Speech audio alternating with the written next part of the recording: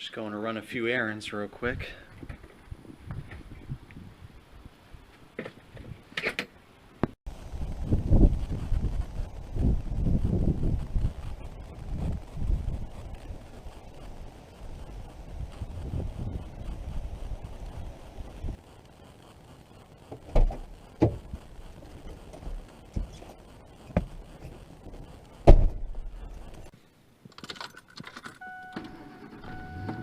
So we moved to Virginia about 5 years ago, and I'd say for probably the past 10 years I was just really looking for another way to be successful in life, to have a different career than what I was in. I had been in retail management my whole life, basically, my whole working life.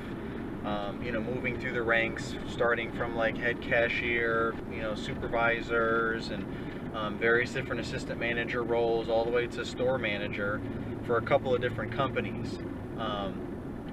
And I never thought I was going to stay in retail. I never wanted to stay in retail. It was just something I was doing at the time while I was in college, and paying bills, and then went full time, and then realized that I had some unique skill sets that made me successful at management, as well as just my personality traits helped me be a leader. And I just figured I can really do something out of this and make a good amount of money and make good living. I was single and everything, and then life changes, right? So I think my priorities changed. I got married, had one child, now I have two children. But throughout the years my priorities shifted, and always in the back of my mind I just never wanted to be in retail, and I never thought I was gonna stay in retail. So I never really knew what I wanted to do. I kind of had that entrepreneurial thought process in the back of my mind, always wanting to do something different, something on my own, call it my own, and be successful from a financial standpoint, as well as being happier with my life and my family being happier with my life, versus just working in retail. There's nothing wrong with retail management. Someone's got to do it. Someone's got to run our stores. We have to buy our stuff from somewhere, but it takes a specific type of person, different from myself, to be in that atmosphere.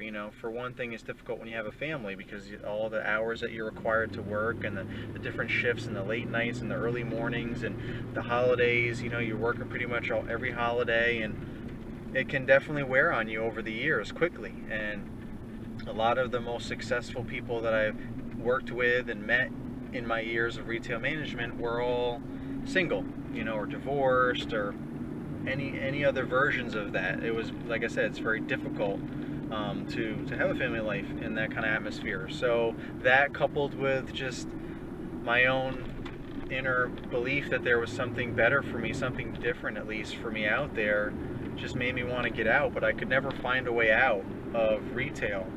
And at one point I thought about opening my own business. Like, I wanted to start my own gym, because I've always been into business. I've always been into health and fitness, and obviously I wanted to do something that had to do with business. So I just was putting the two together, and I was like, man, it'd be so awesome to own my own gym. And came up with plans for it, and writing down ideas, and just thinking about stuff. And I actually came across those notes in an old notebook not too long ago, when I was up in the attic looking for like snow clothes and things like that, or whatever I was looking for, because we got our big snowstorm here in Virginia. And I was looking through some old stuff, and I'm like, wow, look at this. This is like 10-15 years old, this notebook. And I was looking through stuff, and it really makes you think about things. And but yeah, so that just made me realize how long ago I was thinking about this kind of stuff, and I just always put it on the back burner. And we had a house before we moved down to Virginia, and for many years, and I grew grass from scratch and took care of it, and did a lot of research online, and bought a lot of books at Home Depot and Lowe's, all the typical homeowner stuff, and just did whatever I could to have the best lawn I could. And you know, my wife and I went to local nursery and learned about different kinds of plants and trees, and planted different things in the yard and in front of the house, and made mulch beds, and you know, all kinds of different things. You know, I fertilized my own property, all this stuff that I did, and it was all trial and error and learning. And I thought to myself, you know, it would actually be kind of cool if I did this for a living. But at the time, I really I didn't know it was such a big thing to even do this for a living. You know, I did some research online, and there wasn't a whole lot of information like there is now, or even, you know, 3 years ago, 4 years ago, when I started really looking into this stuff. It just wasn't it wasn't growing as much at the time, but I still looked into it, you know, and I created business cards and a logo and a business name. I don't even remember what the name was, you know, just throwing, again, just like with the gym idea, I was just writing things down, and you know, I actually did stuff on the computer and got some business card paper from Staples or something like that, and printed up some business cards. And I think I still have one of those just for memories, you know, purposes. And it was really old and old school looking, but you know, you got to start somewhere. But then nothing ever happened from that, because I just kept doing the retail grind and working, and that was the sure thing, and that it was easy to just stay stuck in that. And then we moved to Virginia, and for one, it's warmer, longer. You know, we have all 4 seasons pretty thoroughly in Virginia. I'm from New York originally, so that's where we were living. So the seasons aren't as spread out as they are down in Virginia. You know, we kind of just have 2 seasons in New York, especially depending on what areas of New York. You know, you kind of go from summer to winter, winter to summer. There's like you know, a day or two of spring and a day or two of fall if we're lucky. So that, you know, that was a big change, coming down to Virginia and actually being able to enjoy all the different seasons, which extends a seasonal business. You know, so if you're in lawn care and landscaping and you have more time to do it, the more money you're going to make. So that kind of got my wheels turning again a little bit. And I never got rid of my you know, homeowner stuff, my push mower and my little Ryobi trimmer and hand blower, you know, my residential stuff. I never got rid of that because I knew we were going to get a house eventually. Right now we live in a townhouse, but you know, because we just wanted to move, we were moving to a new area. We thought it would be easier to rent something than jump right into another house. So I knew eventually, which we are, you know, going to get our own house. So I wanted to just hang on to my, you know, sentimental push mower and all my stuff, so that I'm ready to go if I do have to mow the lawn and when we move and so on. So someone contacted, or someone posted something on Facebook in the community that we live in, the HOA that we live in, and I wasn't even really on Facebook. Like, I had made a Facebook account and then I never went on it. Like, I shut it off, or I don't even know what the right word was back then, but I disabled it or made it inactive or something like that, because it just wasn't for me. It wasn't my thing. I was too busy with retail and everything else going on in our life. I wasn't big on just sitting around. I didn't even have a smartphone at the time, so why would I sit around on the computer and be on Facebook when I could be doing something else, like watching a movie or playing with my kids or going outside and doing something fun, going for a bike ride, whatever, going to the gym, going out with my wife, whatever. Everything else is a priority versus being into social media at that time when it was really becoming a thing. So I never even got into Facebook. So by the time it became a big thing, I was never into it. So but my wife was into it, and she said that there was a post about you know, recommendation for lawn services or whatever, because I guess these people just moved into the neighborhood. And my wife knew, because fortunately I did mention to her once when we were still up in New York that I wanted to, or it would be awesome to create to have my own, you know, lawn care business. You know, she saw my business cards and all that, and you know, I bounced ideas off her and all that. But at the time, we were probably both laughing about it more so than being serious. Like, you know, like just, oh, that's a fun pipe dream or fantasy or whatever. But so she knew in the back of my head that I wanted to do that. So, you know, thank goodness that she thought about me in that moment and remembered that and asked me if I wanted to mow this guy's lawn, and, you know, maybe this would be my way to get started. So I give all the credit to my wife for helping me, give me that extra push that I needed to start my business. And I'm glad that I didn't shy away from it and say no and be, you know, because I'm an introverted person by nature. So that was like terrifying to me, the whole thing. Even though I thought of the idea and wanted to do it, it was still a terrifying thought to go up to a stranger, to go to a stranger's house and, you know, give them a quote for their lawn and actually go and mow their lawn and all this, you know, get money from them. I mean, it seems like such an easy thing, but when you're an introverted person, that is really outside your comfort zone, which I had to get over that quickly, right? Which I pretty much did. I mean, I still struggle with different things, you know, every other day, but that's just life. But I definitely got over that hurdle of just talking to people and doing the job and getting money, right? It's all about getting that money. So I said, yeah, sure, okay. You know, I probably was a little sarcastic and reluctant about it, and probably wasn't all that nice about it, unfortunately, because, you know, again, I was not in the right frame of mind back then, and I had a lot of stress going on in my life from work and not being happy with my life. And you know, but she responded to the post. I don't even remember what she said, but something about my husband, you know, really wants to start his own lawn care business. He'd be happy to stop by and give you a quote or talk to you or something like that. And this guy was really cool. He was like, oh, that's sweet, man. I love supporting local businesses in the community and everything else. Yeah, send them over. You know, I'll be available this time and that time or whatever. And that's how it all started. So that was my first customer. And, you know, I push mowed his whole yard. And then, you know, I got some neighbors that referred me to their friends and this and all that. So little by little, I started getting, you know, these accounts. And I was still working in retail management the whole time. I was still working 50 to 60 hours, sometimes 6 days a week in retail management, you know, managing JCPenney, you know, and I had no life. That was like it for me. But at that point, I knew it was a means to an end. I knew that I was on a better track. I had, you know, a different direction now that I could go, so I was going to make the best of it and see where it got me. So I was mowing these lawns before work, after work, on my one day off, or if I had 2 days off, I was lucky, you know, and got stuff done then. So that was what I was doing, and it was exhausting and difficult to juggle everything, and I was spending even less time with my family and doing anything that I wanted to do. For, you know, extracurricular activities wise and having fun or exercising, whatever. I wasn't doing any of that kind of stuff. I was getting a lot of exercise mowing lawns, but so that's how it all started, and I just used the stuff that I already had. You know, I did it at the back of my Jeep Compass. I folded up, you know, I had a Husqvarna. I still have it, but it's pretty much done now. I need a new push mower this season.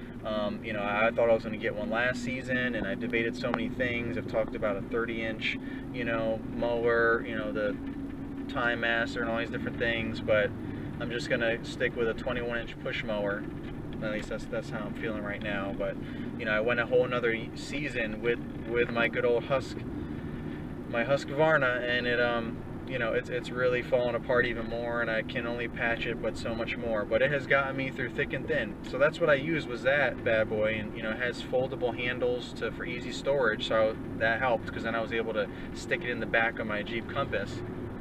And like I said, I have my Ryobi homeowner trimmer and hand blower, and that was what I used. And I got it done. I got the job done for a full season, part-time, doing it like that. I think I got up to about 6 yards, and they were all scattered all over town. So I spent probably just as much time driving to these different yards as it took me to actually mow them, and then, you know, and then drive, like, round trip anyway, and then go back home or go to the next yard. I couldn't even have like a schedule. I was doing like 1 or 2 a day, if that. That's all I had time for. So I mean, it took me a whole week just to mow 5 or 6 yards, because I could only do like 1 or 2 at a time, because that's how far away they were and how busy my schedule was and so on. But I got it done. I did it, and I realized, you know, I made a decent chunk of money, and with that amount of money, whatever it was, I remember I bought a lot of silly things. You know, I did the typical, oh, you're getting extra money, you know, so let's spend it on whatever. You know, I bought like watches, you know, fashion designer watches, because I worked at JCPenney, so I was buying clothes and, more clothes and shoes and, watches and all that, and saying, oh, it's just extra money. I wasn't thinking about the business really, and saving, it's just like, oh, it's just extra money, whatever. So I don't recommend that. But it is what it is. I mean, I bought my wife a nice watch too that she really wanted, so it's not like it was just all about me, but it pretty much was. Unfortunately, again, that's the mentality I was in. I was becoming a very selfish person at that point in my life. But I did also buy my Echo backpack blower, so that was my first backpack blower that I got. So that was a big step up for my Ryobi push blower. And then I started doing some leaf jobs that fall, because now I had a big backpack blower. I could do anything. Woo! Yeah, that was a stretch. I learned quickly that it's not that easy to just, clean up yards from leaves just because you have a backpack blower. You still have to have a plan, and what are you going to do with the leaves if they want you to remove them? No matter how much you charge them, you still got to come up with a way. And people don't really want to pay you that much to clean up leaves anyway. So that was just another quick learning opportunity for me. But then I realized that this is something that I really could do. And if it wasn't for another stressful time in my life, like just everything was just falling apart for me. JCPenney was going through a lot of transitions again, and it was just really difficult for me to get anything accomplished in life. I was just like running around in circles, and I just couldn't take it anymore. I got stuck with a horrible boss, and he was just messing everything up in the store, and just completely using and abusing me in every way possible. And it really brought me down to the lowest point of my life, to be perfectly honest with you. Things in my life just weren't going well. I was taking out on my wife and my kids, and they could see how sad I was and how angry and all this stuff. So I finally got to a breaking point right around the holidays, which is always the worst time for me because I never get to enjoy them,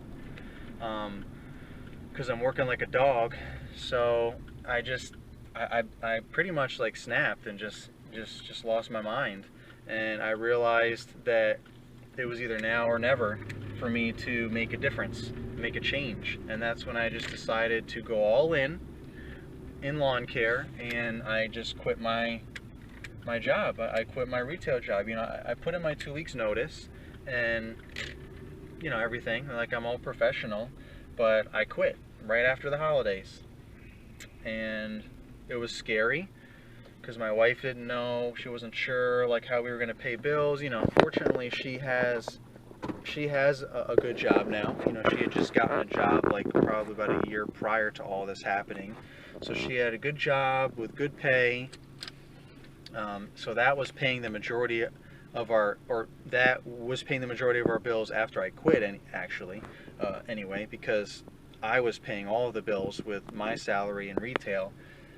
So, it was looking good for a little while. We had like extra money again, but then I went ahead and just quit, and, but again, my wife, I think, eventually understood, or quickly understood, that it was just necessary, that there was nothing else that I could do, or that we could do to fix this problem. So again, the fact that she had a job, that was helpful. There wasn't as much pressure, but she couldn't pay the bills alone with the amount of money that she was making. So I definitely need to hurry up and make sure that I was as successful as possible starting off that coming spring season in my business. So I spent the whole winter. Now I also had a ton of vacation time saved up, because you never get to use that, right? They give you all this time, but you have all these other managers and supervisors that you have to fight with for vacation time, and they have all these block off dates, all these blackout days that you can't take vacation for all throughout the year. Every other weekend it's another holiday that you can't have off or something crazy. So your time that you could even take vacation was so limited, you never even could take a vacation. So your vacation accumulated a lot. I got at least one vacation a year that I got to take with my family. But you know, I accumulated so much more time. I could have taken like 2 or 3 vacations if I could actually find the time. So all that vacation time, fortunately, JCPenney is one of the companies that pays you whatever vacation time you have left that you haven't used. Unlike some other companies I worked for where that's not the case. So you want to, like, you know, you try and use up all your vacation before you quit, you know, before you put in your notice, you know, you try and plan it so no one suspects. That was always the biggest joke. Like, if all of a sudden someone started putting in all this vacation time and personal days, you're like, are they going to quit? Oh my goodness. Like, that was like the joke, you know, the rumors would start, you know. But JCPenney would just pay you out, so there was no incentive to do that. Might as well just work, you know, put in your 2 weeks and then wait for a big check, you know, after the fact for your vacation. So that was like kind of like my little savings to help get us through the winter, in addition to my wife's income to keep paying the bills until I started making more money, until my business started making money. You know, I had my 5 or 6 part-time accounts, so I had that at least, but that wasn't going to be enough to pay our bills either. So I just spent that whole winter, right, like all of January, all of February, which isn't that long, it went pretty quick, but I spent that whole time planning and strategizing what has gone well so far, what can I do, you know, and again, not trying to spend any money at all. So I mean, because we didn't have any money, so I traded in my Jeep Compass for my truck, my Ford F-150. So that was great. You know, I actually got money back for that. That truck, so far this truck is doing good. I've only had to, you know, fix and replace things here and there. And like my wife has said, you know, also staying positive is, you know, you'd rather spend a few $100 every once in a while than every month, you know. And I agree. I'd rather have a used vehicle that you don't have to make payments on, that yeah, you might have to replace things periodically as they go out, and only pay, you know, a few $100 for that particular thing needs to be fixed every once in a while, you know, versus making a payment of a few $100 or more every month. So, you know, everybody's got their thing, but that's a positive way that we looked at it. So I had that for free, you know, so I had my truck and I started doing work with my truck without a trailer, without a commercial mower. You know, it wasn't even time to mow lawns yet, but in February I was pruning trees and crepe myrtles, and I didn't have any hedge trimmers, so I didn't do any hedge trimming, but I did whatever I could. You know, it's like, you know, 10-15 bucks for a pruning saw, you know, for trees and things like that, and loppers, you know. So I was able to just get those things that didn't cost hardly anything. You know, I didn't need any gas really for anything. I just focused on what can I, you know, do without spending any more money. You know, what can I do with what I have? So like I said, I did a lot of trimming and things like that, and spreading mulch. So I did have to buy a wheelbarrow, but again, on my previous video, I spent as little money as possible on the cheapest wheelbarrow I could, just so that I could start making money. And I used the bed of my pickup truck to hold the mulch, you know, and I could only fit in like, you know, 1 or 2 yards at a time in my truck, so that's how I had to do it, you know. But the bottom line is I did whatever I had to do to make it happen and start getting money in, and as I was making money, paying the bills, whatever little bit we could squeeze out extra from that, I would go ahead and buy something else and go ahead and buy something else. But these were all like cheap things, you know. I wasn't going out and spending thousands of dollars. I was just buying more hand tools and things like that. So I was doing a lot of hand work, you know, cleaning out mulch beds, pulling weeds, you know, using my loppers to try and trim hedges and things like that, and just doing stuff like the super hard manual way. But you gotta do what you gotta do. And I did all this like before the grass even started growing. I did this all through February and all through March, and I just started doing all these things. But I also thought about how am I going to get customers, and you know, one of the biggest things I did was to promote in my community that I already lived in. So I got back on Facebook. My wife helped me create a business page for Facebook, and I started posting pictures of all the, you know, yard work that I was doing that had nothing to do with mowing, just so that I can kind of get stuff out there and just get my name out there, and I could share the posts of my business page on the closed Facebook group in our HOA, which was getting my name out there and getting my contact information. And then the few customers that I already had, actually I only had one customer at the time. That was the very first customer that I told you the story about a little while ago. That one customer is the customer that lived in the same neighborhood as me, you know. That's how we found out about them on Facebook. and they, liked every post that I would put and make comments about how awesome of a job I did last year for them, and they would highly recommend and all this stuff. And so that helped start generating some word of mouth, and I just started doing more miscellaneous things for them that didn't even have anything to do with mowing.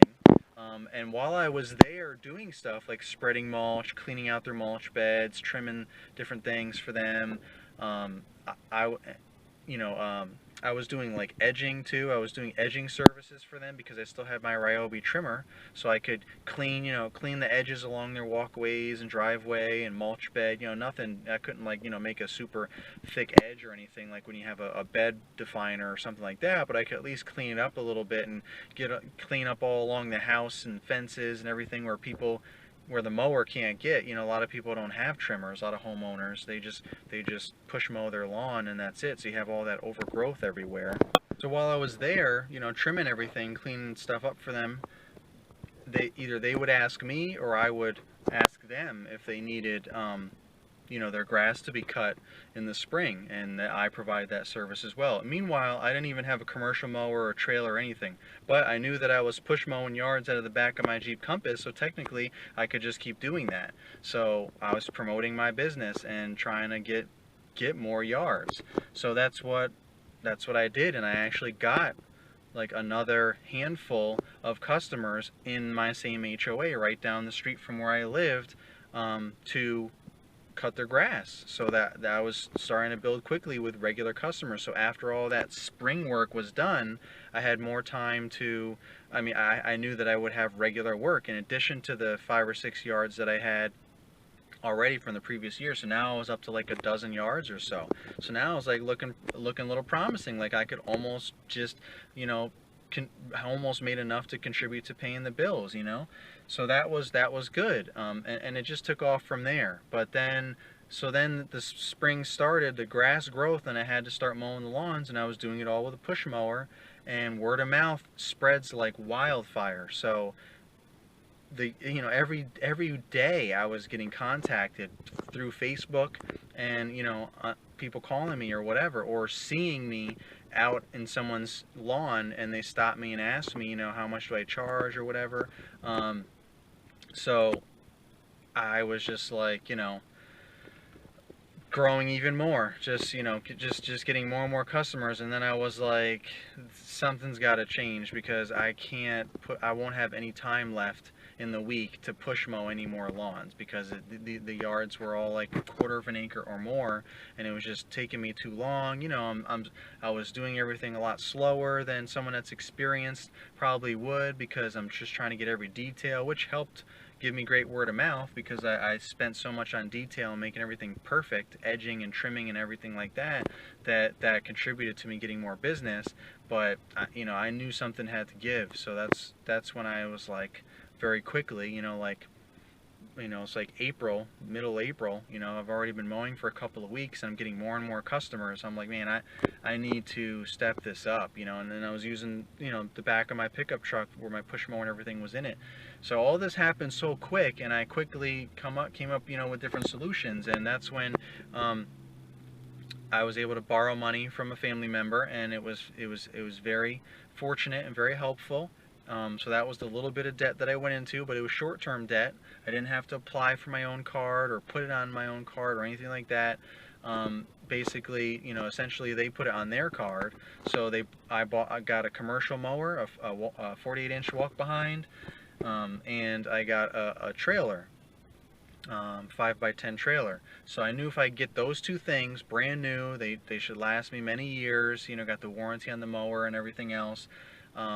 It should get me a few years into my business, where I can just keep getting tons more customers now. Sky's the limit sort of thing, because now I know I can get everything done in in half of the time at least, now that I have a 48-inch versus a 21-inch and all this stuff. So I knew I could just double and triple my lawn mowing business, part of the business. So that's what I did. And I paid them back every month, and they put that towards their payment, so they didn't get charged any interest for having a balance on their card. And I paid that off by like the middle of the next season. So it took me a little over a year to pay that off for the trailer and the mower. And so now I'm still debt free since then, because I don't need any other big purchases that I haven't had the money or found the money for, where I've had to borrow from anyone or whatever. So that has helped keep my spending down, because I just don't have all this extra money to spend on anything. But as I need stuff, as I provide a new service or whatever, now I need to think about, well, what equipment am I going to get? Like, I got a used aerator last fall, and it paid for itself in a week. Like a couple of aerations, and it's already paid for, and then some. So I mean, I was making profit off of it after the first week, and I was using it for like a month. So that's how I rationalize everything. Is how much money am I going to make for this piece of equipment? How quickly am I going to have it paid off? What's not going to put me in debt? And if I do have to incur debt, is it going to be short-term debt so I can pay it off? What's the plan to get it paid off as quickly as possible? I got a Velke for my walk behind, because again, this stuff all happened so quick. I got the walk behind, and I was banging out all these yards. I tripled all my yards, so I was over 30 something yards. But then I was still getting tired walking all these properties, one after another after another behind the walk behind. I'm like, I need to get a Velke or something. I didn't even really know what that was. I just started doing research, and I was seeing videos on YouTube about it. Geek the Freak, shout out, and a lot of other guys that were popping up here and there, and they all have these wheeled platforms on the back of their walk behind. And I'm like, what is that? So I asked my dealer about it and looked into different brands and different things, and I finally settled on just getting the Velke that's recommended by Toro, to be able to use that specific Velke. So I got that, but that was like a $400, I think, or something investment that I didn't have. Fortunately, my dealer and I had a good relationship, and one of the guys that works there, that I mentioned in a previous video, became sort of a mentor for me, and he's always tried to help me out wherever he could, trying to get discounts for me and things like that. And he talked to the owner and said, can we work out like a payment plan, where I just come, every week or every month or whatever agreement we come up with, and pay them a certain amount of money until it's paid off. So I put maybe $100 down or something like that. I don't even remember, honestly, because everything happened so quick, and it's over with and I'm done. And I've done so many things since then, but I paid them, put some money down, and then I paid them a certain amount every other week, or whatever it was, and I had it paid off maybe like a month or two, and it was all done. But that allowed me to keep making money with the Velke, and not being so exhausted, and being more productive, and still taking on more yards, because I felt confident that I could, now that I'm not so tired, because I'm standing on a Velke the whole time instead of walking behind it. So I was making additional money, so that allowed me to be able to pay the Velke off. So that was awesome too. So there's just all these different scenarios of what can you do, and what can you utilize, and what do you have to spend, what debt do you have to go into in order to get your business going. So I know this is a long video, but I've never really spelled this all out for anyone before on video, and I've gotten questions before about it, and I've kind of touched on it here and there in different videos, just to touch on specific points so that I can get that specific point across for anyone that doesn't watch this type of video. But if you did, thank you, congratulations. I'm glad that you made it through the video. But hopefully this answers a lot of questions, and I'm still going, I'm still getting new customers, still thinking of new ways that I can build my business and grow and stay profitable with spending little to no money, utilizing the equipment I already have, and so on.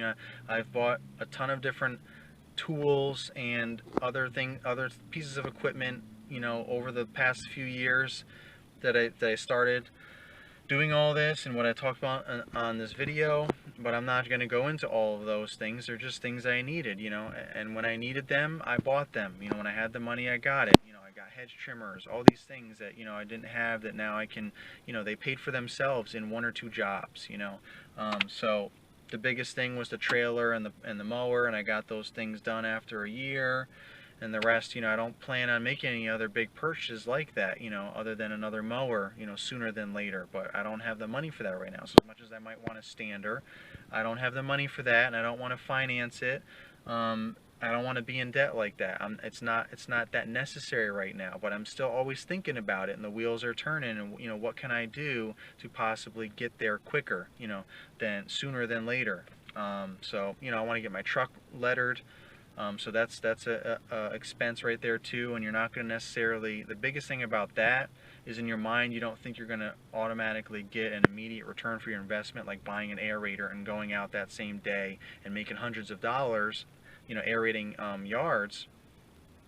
You put some stuff on your truck, that's not putting money in your pocket immediately. Yeah, you might get a phone call that same day driving around with your truck lettered, and that might lead into money in your pocket, which is the whole goal and the whole point. So you have to think about it that way. As soon as you pick up your truck from the place that it got lettered, as you're driving down the street all the way till you get to your house, however far you have to go, you could be you're advertising your business that entire time, and you could be getting contacted, immediately from that, and that's the whole point. So, and I know anyone out there that has gotten their truck lettered or wrapped or whatever, they will probably say that same thing, that it's paid for, that it's paid for itself relatively quickly. One or two customers, if that, one customer really. Basically, if you get one lawn account from your truck wrap or your truck lettering, that should pay for itself. I mean, as long as, depending on how elaborate your lettering and wrap on your truck is, it's a couple $1,000s worth of work on your truck,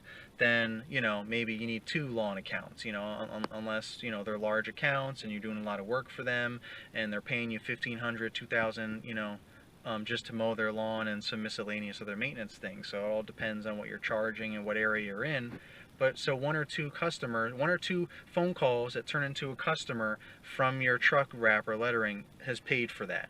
So technically in one season you could have paid for your truck wrap, and then the rest is just all profit from there on out. All the people that contact you for more business, now it's just all just like buying equipment. Now you're just making pure profit for the most part after that. So, but again, that's another expense I have to come up with money for. I had money put aside for winter so that I can get through this winter without having to work, and I can just have fun and enjoy my life a little bit more for the first time ever for the holidays, being able to not have to work, and got to play in the snow with my kids, and do all this fun stuff and not have to worry about money. Just keep doing business planning and strategizing and making videos and just having fun and getting ready for the new season. So that's my story, and I'm sticking to it. Thanks for watching, guys. See you on the next video.